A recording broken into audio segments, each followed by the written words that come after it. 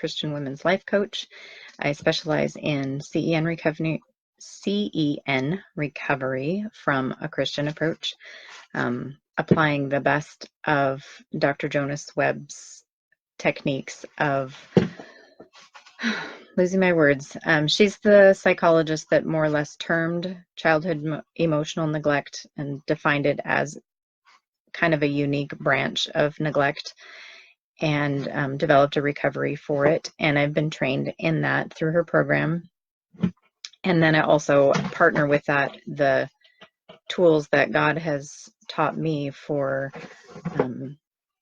healing those wounds from neglect. So today I wanted to talk about leadership, and I've been working on Mess to Majesty, and it is a series of stories from my life. And so one of those stories is about a season when I was leading a women's ministry at my church.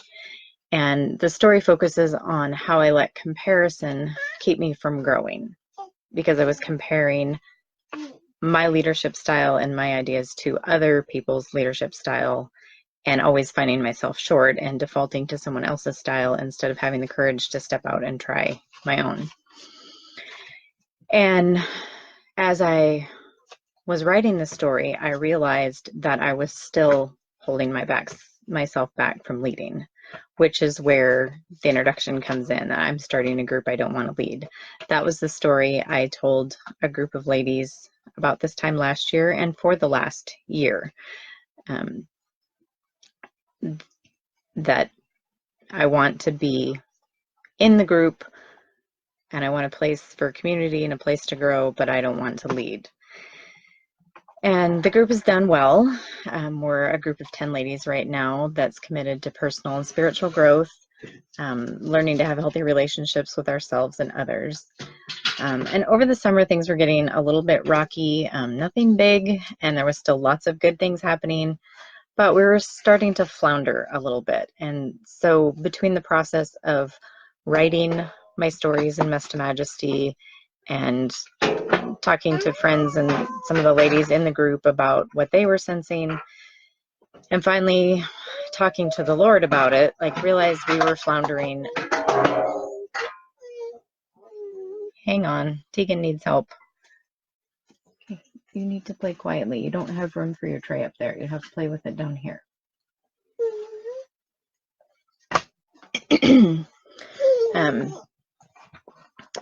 Sorry, I'm trying to kind of read my story so that I don't and so and all that so much.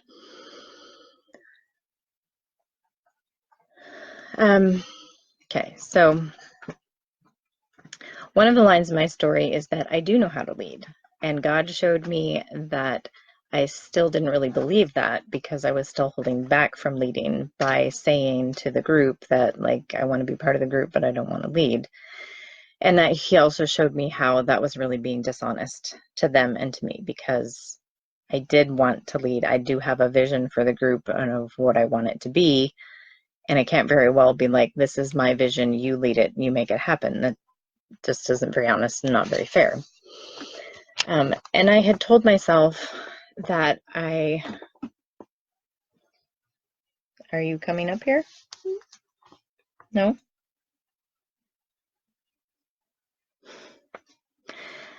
So I told myself that I couldn't lead and be a member of the group. There was a level of distance, mask I needed to keep in place as a leader, that I could only be so vulnerable, I could only be so messy. And I really don't believe that's true, but that's what I was telling myself. So I did believe that's true to one of those messy places. I write about those in the book too. So I think I did need a season of being a member and not seeing myself as the leader, even though I kind of was leading. But now that I'm through that season, God's saying it's a new season. Step into actually leading the group with the vision that you have for the group and for the ladies to grow. And that the only way I will know if I can lead and if my ideas about leadership are effective is to actually try it and to get feedback from people of what works and what doesn't work and what I need to be doing. After talking to the ladies and talking to God, I addressed the whole group of like, okay, I haven't been very honest with you guys, and this hasn't really been fair that I'm saying that I'm not leading, but I really am.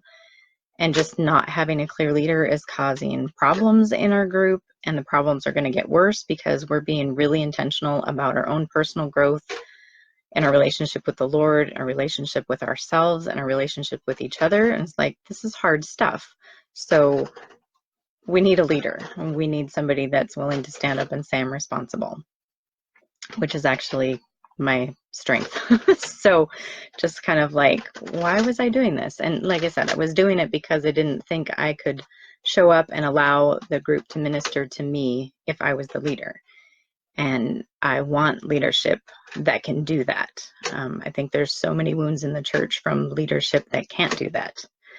That has to always be the one that's giving and always be the one that's right, instead of being able to be human and being like, I'm doing my best, but I need help here and I need support. And that's the kind of leader I want to be, because that's the kind of leaders I want to raise up. Okay, so that leads into my ideas about leadership. I don't remember now if it's in that same story in the book or another story that I write about at the end of this season of leading women's ministry. I was like, but I do know how to lead. I would lead like a parent. So my ideas in leadership are very similar to my ideas in parenting. In parenting, I always knew that I was raising adults. I was raising unique individuals who would have their own callings, personalities, and gifts. The whole point was to equip them to leave me and to follow wherever God was going to lead them. And I believe the same is true for leadership. Like, my goal will never be to create a following. My goal is to equip anyone that I lead to better follow God, to better follow Christ, and to make a bigger impact than I can. A key part of parenting and leading this way is relationship. I need to be able to see each one that's following me as an individual and know there's not a formula that you're going to follow, other than to seek Christ and to listen to who he says you are and to trust and obey. But that's going to look different. Even for people that have the same gifts and the same calling, it's going to look different. We're not mass producing anything. God doesn't do that. Everything is unique. Similar, yes, and there's principles that apply, but still each one is unique. Another key point of parenting or leading is personal responsibility. So each person is responsible for their work ethic, how they show up to a relationship, how they follow God. And I can't, and I do not want to be responsible for that for anyone, and to do those things for anyone. I want to equip them to do that well. And along with being responsible for choices is accepting the consequences of those choices, even when they're unintended ones. So a huge part of parenting is you teach your kids that they make a mess, they need to clean it up. And it doesn't matter if it's a mess of forgetting that your boots are muddy and then you need to clean up the floor, or if it's a mess of saying, like, I don't understand this, and having the other person be hurt and offended, and now you have a mess to clean up. It was totally unintended, but it's still a mess that you need to clean up. And one last key I want to share today is freedom. Children and adults must be free to make mistakes. That's how we learn. And there's no shame in making a mistake. And I didn't grow up that way. And I imagine most of you didn't grow up that way. Making a mistake is simply how we learn. And this is why relationship is so important, because as a toddler, learning to walk, they will fall down and get up and fall down and get up over and over and over again. And it's no big deal. Like, they're not offended that they made a mistake, that they fell down and they have to try again. But as adults, we somehow lose that. And I think there's lots of different ways that we lose that, but we lose that, and then we're afraid of making mistakes, and we're afraid of letting people know that we made mistakes. And so trying again is harder as an adult. There's harder circumstances. Trying again is harder as an adult, and that's why it's so important to have a community that believes it's okay to make mistakes and that you can learn from those mistakes, and they're going to actually help you be the person that you need to be and improve your relationships. Just like all the times of falling down teaches a toddler to be a better walker. It teaches them to walk around toys instead of trying to go over. Like, there's just all those things that are just natural, and to give ourselves that grace as adults that we're going to make mistakes, but we're going to get up again and use the information we learned from when we fell, so that we don't fall in the same way the next time. And so having somebody to encourage you, somebody to show you how to clean up the mess, having a community of people that are willing to point out to you that you made a mess when you maybe don't see it, and having the grace and the skills to be able to hear that is huge. And then, learning the tools. What kind of tools do you need to clean up a mess when somebody's offended and you didn't intend for it to be? Or maybe I think most of the time, like, that's how it is. It's not that we set out to make people mad at us and cause problems. We inadvertently cause problems, and then there's more problems, but we can learn the tools to clean up those messes and actually use that to strengthen relationship instead of increasing division.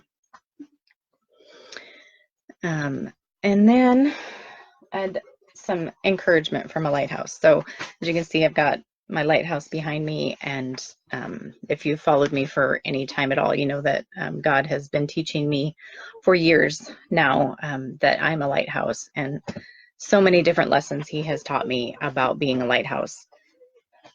And at our ladies group that I finally admitted I was leading, I played the song Peace Be Still, and I'll put a link in the comments.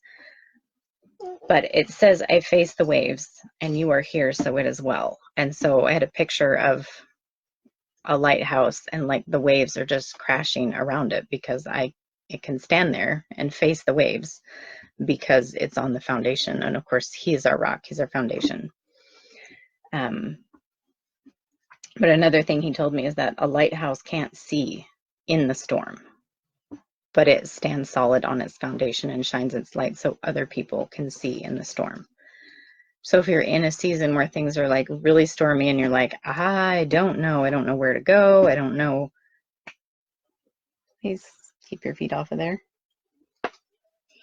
So if you're in a season where it seems really stormy and you can't see, that's okay, because the light's inside of you. And if you hold that hope that it's going to be okay, that's a light that's shining to encourage other people in the storm, because they can see the storm around you too. And to be able to still see your light through that storm is huge. Let's see. I think there was one other, that I have to be still in the face of a storm before I can still the storm. So we see in the Gospels that Jesus was able to say, peace, be still, to the storm. And he could only do that because he was still. He was on that solid foundation of, he knew his authority in God. He knew the storm wasn't from God, so he could stand and say, peace, be still. But he had to have that peace inside himself, because we see the disciples who could have, we see from scripture, they could have done the same thing, but they weren't at peace.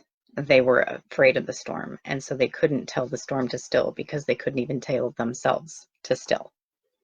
So just kind of some random thoughts from a lighthouse there, and I hope you guys have an awesome week. Thanks for watching.